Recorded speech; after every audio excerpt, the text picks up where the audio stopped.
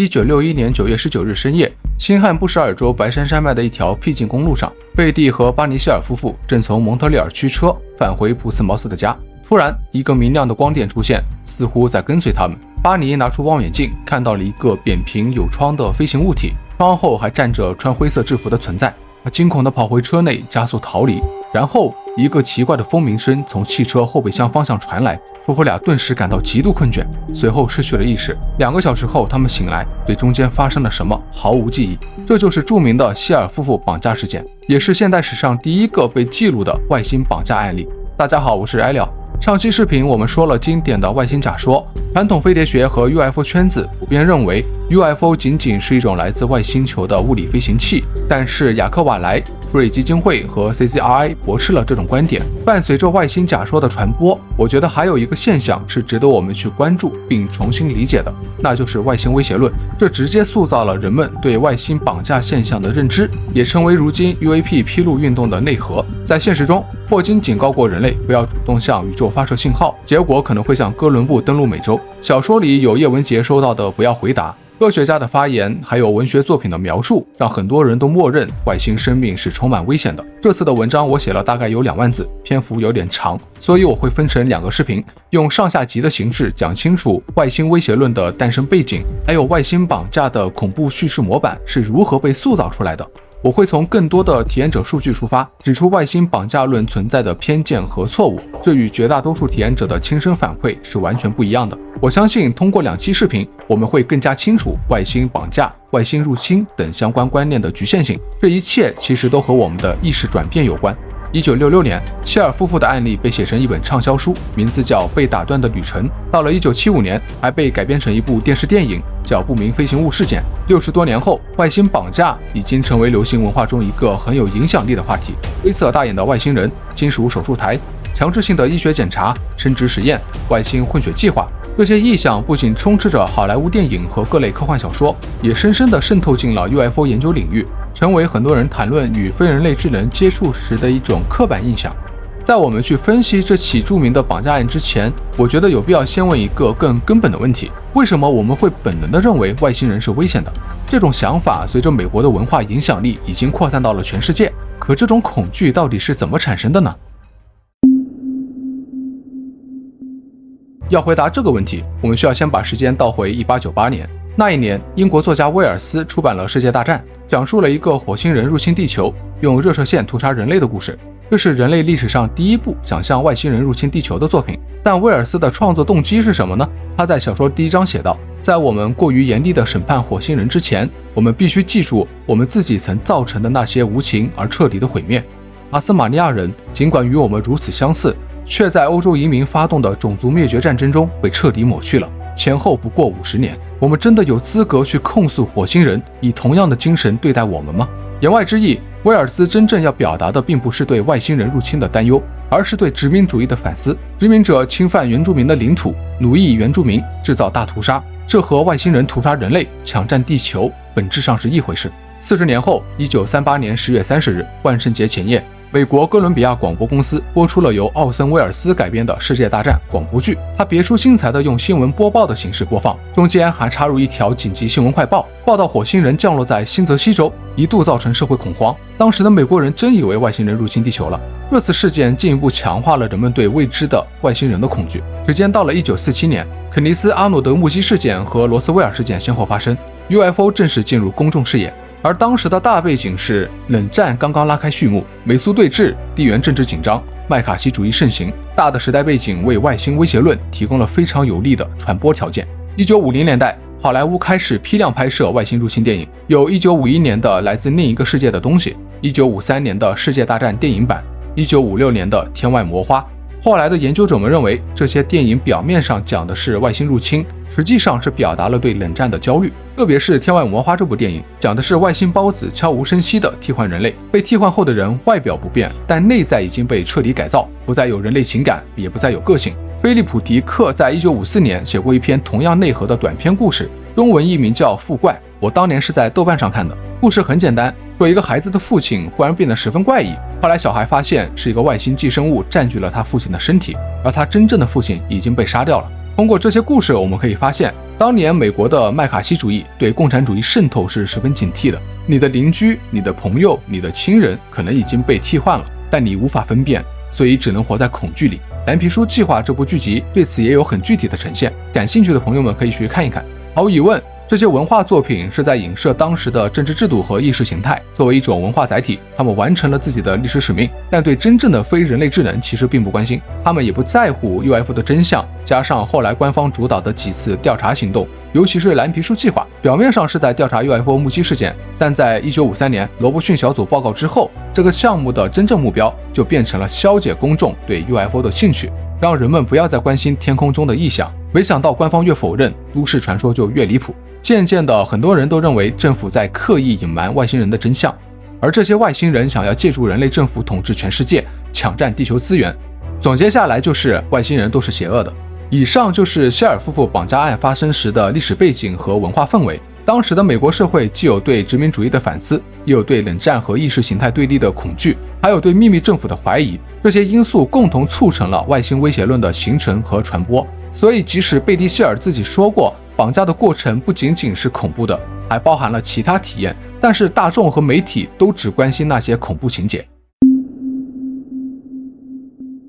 在上世纪50年代产生过一个所谓的接触者运动，乔治·亚当斯基、丹尼尔·弗莱等人声称，他们与来自金星和土星的外星人进行了面对面的友好接触。据他们描述，这些外星人长得像人类，传递的信息包括警告人类不要使用核武器，呼唤世界和平。这些信息和如今网上泛滥的外星传讯非常相似。事实上，接触者运动在飞碟学内部名声也很差。亚当斯基宣称自己是被金星人选中的，要履行外星使命，然后打着外星接触的旗号，建立了各种各样的组织，大搞个人崇拜，通过宣讲会到处捞金，有着很明显的邪教特征。他还在身边安插了2个比较漂亮的姑娘，对外的解释是他俩是来自金星的护卫。这项运动争议很大，也让外星接触现象蒙上了一层邪教的面纱，这也导致许多人在面对 NHR 事件时本能的抵触排斥。但我想揭露的不是接触者运动本身的虚假成分，而是想说明在当时，在上世纪50年代左右，人们对外星接触的想象并非只是危险和恐怖的一面，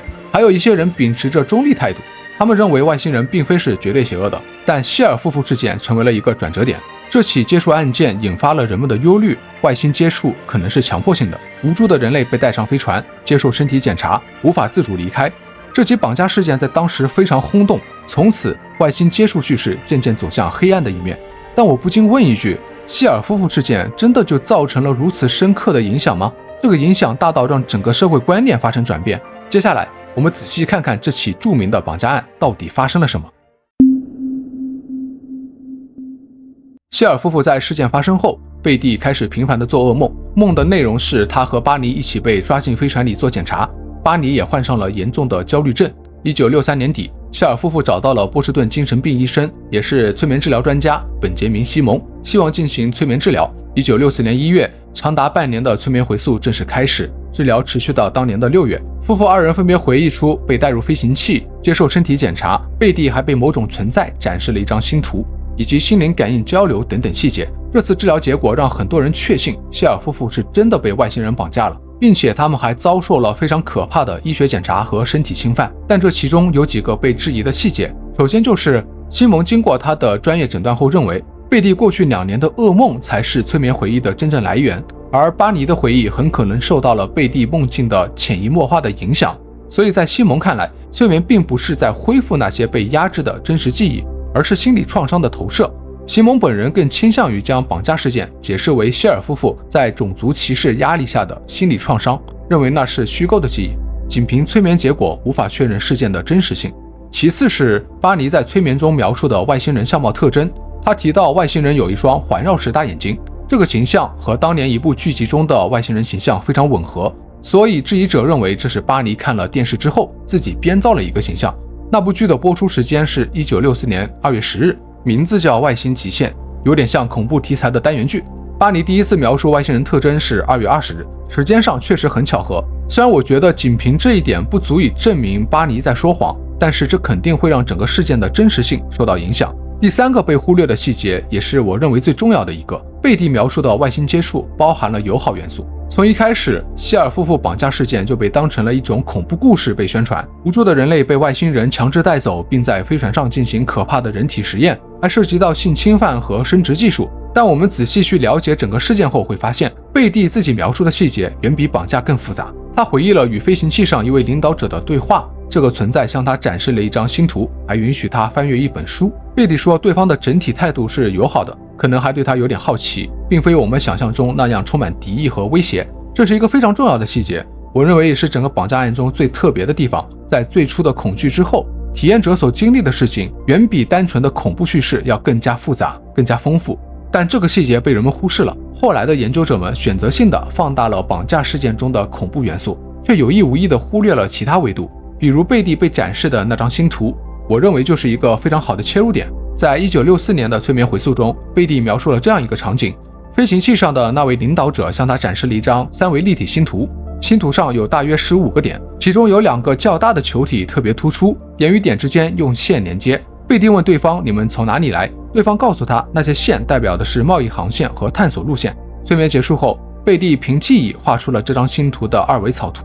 1969年，一位业余天文学家玛丽乔·费雪，他经过研究认为，那张星图代表的是39光年之外的王谷座 Zeta， 也就是大名鼎鼎的泽塔双星。如果听说过赛斯书的朋友们可能会很熟悉泽塔星，不过这个解读后来被推翻了。费雪的研究模型比较粗糙，且有一定争议，所以费雪本人后来撤回了这个假说。这个观点在视频中只作为参考。我在多洛雷斯·坎农的许多催眠记录中，也看到很多受试者在被带上飞船之后，都会被展示星图，或者是他们在飞船上无意间看到了星图。星图在这些事件中似乎是一个非常重要的符号。那说回绑架事件，除了希尔夫妇案，还有一起很著名的绑架案例，但这起事件所呈现出来的情景完全是另外一种面貌。1975年，特莱维斯·沃尔顿在亚利桑那州林区被一束光击中后失踪了5天。这起事件是少数有多名目击证人的接触事件。与希尔夫妇不同的地方在于，沃尔顿本人没有依靠催眠回溯，他是自主回忆起绑架过程，描述了进入飞船内部的体验。一个陌生的空间虽然令他困惑，但并没有太多的恐怖元素。他自己的描述是，当他醒来，发现自己躺在一个金属房间的一张桌子上，全身疼痛，尤其是胸口。他发现身边站着3个矮小的存在，头和眼睛很大，没有毛发，是典型的灰人形象。他起初极度恐惧，试图反抗。随后一个类人存在出现，把他带到另外一个房间，给他戴上一个面罩后，他失去了意识。可以看到，在沃尔顿的描述中，没有涉及人体实验和其他的恐怖情节，更多的是他对所处环境的困惑和对未知现象的恐惧。他后来还在飞船内部走动过，看到了像星空一样的景象，以至于沃尔顿本人后来在人生中改变了对非人类智能的理解。他说，当时我对他们的感知是极度负面的，但这些年来我逐渐意识到他们是在救我。他解释，当年他被那道光束击中后，可能是受了重伤，是 NHI 把他带上飞行器为他治疗。这种转变其实在很多外星接触体验者身上都发生过。他们起初是不理解，产生了本能的恐惧，之后这种恐惧逐渐转化为一种接纳的态度。我们在濒死体验和出体体验中都能看到大量类似的情况。然而沃尔顿案并没有引起当时研究者的重视，他们更在乎的是物理证据，完全忽略了沃尔顿本人的意识转变。后来的研究者们将外星绑架逐渐往阴谋论的方向去发展，而把这套外星恐惧叙事推到极致的2个人就是霍普金斯和雅各布斯。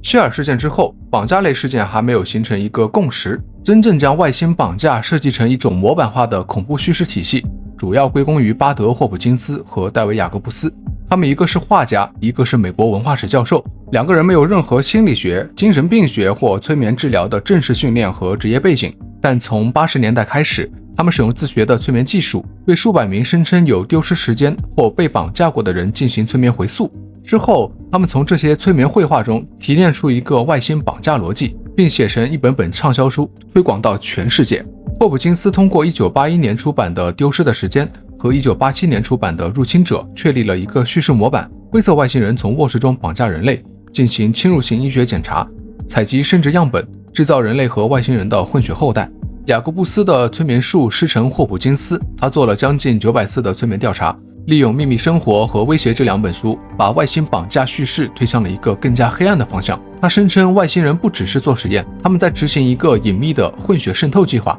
最终目标是消灭人类，接管地球。2015年，他还出版了一本书，叫《行走在我们之间》。他认为混血外星人已经在人类社会中生活了。除了这2个人，还有一个人也助长了外星绑架论的传播，他叫理查德·多兰。他将秘密太空计划整合进他的分离文明框架里，这在 UFO 圈子里非常受欢迎，也催生了一系列的阴谋论，并且这进一步强化了外星入侵和政府阴谋之间的联系。我们可以看到，霍普金斯和雅各布斯用来构建外星绑架论的核心工具就是催眠回溯，而这恰恰是整个研究中最薄弱的环节。催眠被认为是一种增强暗示性的意识状态，在这种状态下，受试者高度配合催眠师的预期，会生成符合催眠师期待的记忆，而且这些在催眠中被生成的记忆会被受试者当成真实的记忆，他们分不清哪些是真实的，哪些是催眠中虚构的。这是学界对催眠的主要观点，对此我并不是非常认可，原因在于催眠回溯的深度存在巨大差异，某些深度催眠状态和浅度的、中度的催眠状态完全是2个维度的事情。在下期视频中，我会说到多洛雷斯·坎农的催眠回溯记录，他得到的结果与霍普金斯和雅各布斯的催眠结果截然相反。他们2个人的主要问题在于预设立场，他们已经假定了外星绑架是一件可怕的、恐怖的外星接触，在这个前提下，他们会有偏向性的筛选体验者，并且在催眠期间大量使用诱导性提问，这种方式显然是违背了客观研究的立场。霍普金斯的前妻就撰写过一篇文章，批判了霍普金斯的调查方法，他的催眠回溯手段有多么不科学。在下期视频我会讲到这部分。针对霍普金斯和雅各布斯的研究，有批评者说，他们不是在收集证据，而是在催眠诱导的顺从状态下提取出符合他们预设理论的记忆，让人把睡眠障碍误解为绑架记忆。不过雅各布斯认为自己有一套防止虚假记忆的保障措施，其中最重要的一个是交叉验证。当一个被催眠者报告了一个前所未有的细节，他会等待另一个不相关的被催眠者确认同样的细节。如果2个人说了一样的事，那就证明第一个记忆是真实的。但这个方法存在一个逻辑漏洞，如果催眠师在催眠中对所有的受试者都采用相同或相似的诱导性问题，那么这只能说明所有受试者都被催眠师植入了一套相同的记忆模板，这并不能为外星绑架论提供更有力的证据。这恰恰说明是催眠师的误导性问题导致了相同的结果。时间来到2010年，一位化名艾玛伍斯的前研究对象公开了他与雅各布斯催眠会话的录音。录音中，雅各布斯在催眠状态下向他植入了他患有多重人格障碍的暗示，他使用大量的引导和暗示语言，在他脑海中植入了包含暴力性侵内容的虚假记忆。惠特利·斯特里伯也是一位著名的接触体验者，写过很多本畅销书。他对霍普金斯和雅各布斯的评价是，他们2个人正在审查人们的接触体验，以便将这些体验塞进自己的理论中。写到这里的时候，我忽然想到外星绑架论的形成过程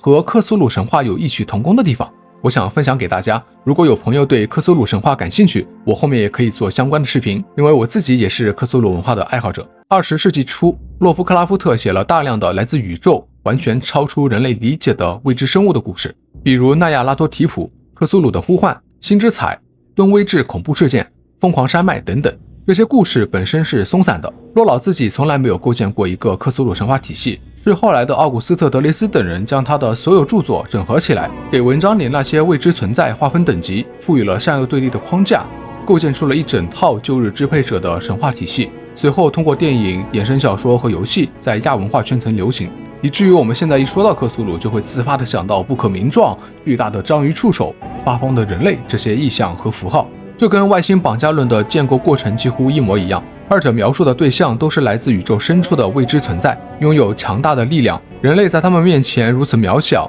被抓走、被伤害、被奴役。霍普金斯和雅各布斯做的事情跟德雷斯相比没有本质区别，他们都是把模糊的、松散的原始素材塞进一个他们预设好的框架里，形成一套叙事体系之后，再用这个叙事体系反过来解释那些原始素材，这就导致所有接触体验都可以被他们的叙事逻辑强行解释，而那些不满足他们这套叙事逻辑的案例则根本不会被他们研究。贝蒂描述在飞船里的存在是友好的，对他充满好奇，还给他展示星图，给他看书。同样的，在中国也有类似的外星绑架事件发生，比较著名的有黄延秋事件、张祥前事件。后面10几岁时又被果壳星人带到果壳星，在那里被展示了许多超出人类水平的科技，还被灌输了很多公式和概念。那这种情况算不算绑架呢？如果外星绑架一定是恐怖的、可怕的，那张祥前似乎并没有在此后的讲述中表达出过多的恐惧和害怕的情绪，他更多的是对果克星人科技和生活的好奇，以及将这些经历告诉更多人的迫切感。在这里，我想先简单说一下我的想法。很多时候，我们不能因为一个事情刚发生时，由于我们对此感到困惑不解，产生了恐惧和害怕的感觉，就将整个事情定义为负面的、消极的。就好像一个3岁小朋友，他第一天上幼儿园，大概率会哭得十分凄惨，毕竟和自己的爸爸妈妈分开了，进入了一个陌生的环境，周围都是陌生人。此时小朋友会产生强烈的恐惧，但我们能就此将上幼儿园这件事定义为负面的吗？很显然，这种判断是不合理的。同样的逻辑在外星绑架事件中也适用。当我们以后在面对相似的案例时，至少我们可以不必着急下结论。到这里，我们基本上清楚了2件事。第一是外星绑架的恐惧叙事是被研究者按照自己的预期构建的，他们忽略了太多的体验数据，也忽略了太多的案例。第二，当我们真正去看大规模的体验者调查数据时，浮现出来的图景远远比恐怖绑架更复杂、更深刻。但问题来了，既然证据不支持，那为什么外星威胁论还是如此深入人心？为什么大多数人提到外星人，第一反应还是侵略地球、星际绑架？我觉得最核心的原因是人的显意识，或者说我们的身体意识没有那么强大。羊群效应导致，当一个观念被大多数人认可时，那些本来不认可的人也会慢慢的从众。另一方面，人类对危险的反应更加灵敏，这是生物进化的本能。对危险反应迟钝的人更容易被淘汰，而这种本能刻进了我们的 DNA 里，所以我们更容易记住那些可怕的、恐怖的接触体验。还有一个原因就是流行文化将这套外星威胁论强制灌输进我们的大脑中。恐惧是最容易货币化的情绪之一，这也是电影、电视、游戏、小说特别喜欢渲染外星威胁的原因。这样做更容易得到关注，更有流量。1979年的《异形》塑造了一种残忍、恐怖、恶心的外星生物，面包虫强制寄生人体，幼虫从人的胸腔破体而出。这些设定直接反映了绑架事件中的生殖实验和身体侵犯，从视觉和情感上让人极度反感、极度害怕这种未知的外星生命。1993年开播的《X 档案》引导了整个90年代大众对 UFO 的认知方式。比较经典的观念，比如政府在掩盖真相、外星人秘密入侵，在后来的 UFO 圈子里形成了一套非常有吸引力的阴谋论。1996年的《独立日》全球票房超过8亿美元，电影将外星人入侵地球的故事推向了一个极端化。从此，外星人来了就等于人类毁灭。包括前面提到的沃尔顿事件，后来也被改编成电影，就是1993年上映的《外星追击令》，B 站上就可以观看。然而，电影版把沃尔顿的体验彻底改造成了恐怖情节，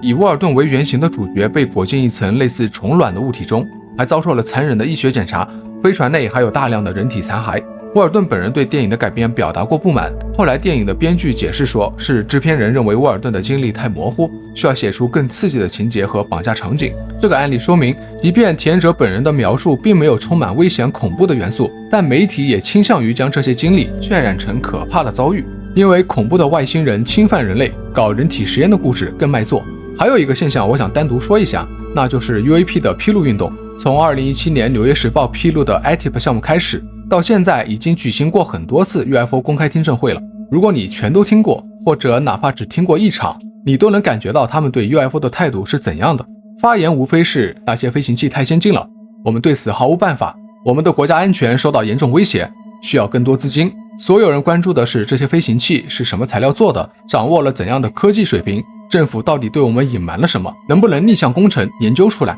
很少有人会问这些接触体验想告诉我们什么。为什么那么多的体验者普遍发生了灵性转化？为什么 NHI 接触后效与 NDE 后效如此相似？为什么与 NHI 接触过的体验者更容易发生 NDE 或 OBE 等其他接触体验？这些问题并没有被搬上台面。那么，这套外星威胁叙事以及外星绑架论是客观地反映了事实吗？还是只反映了部分群体的利益？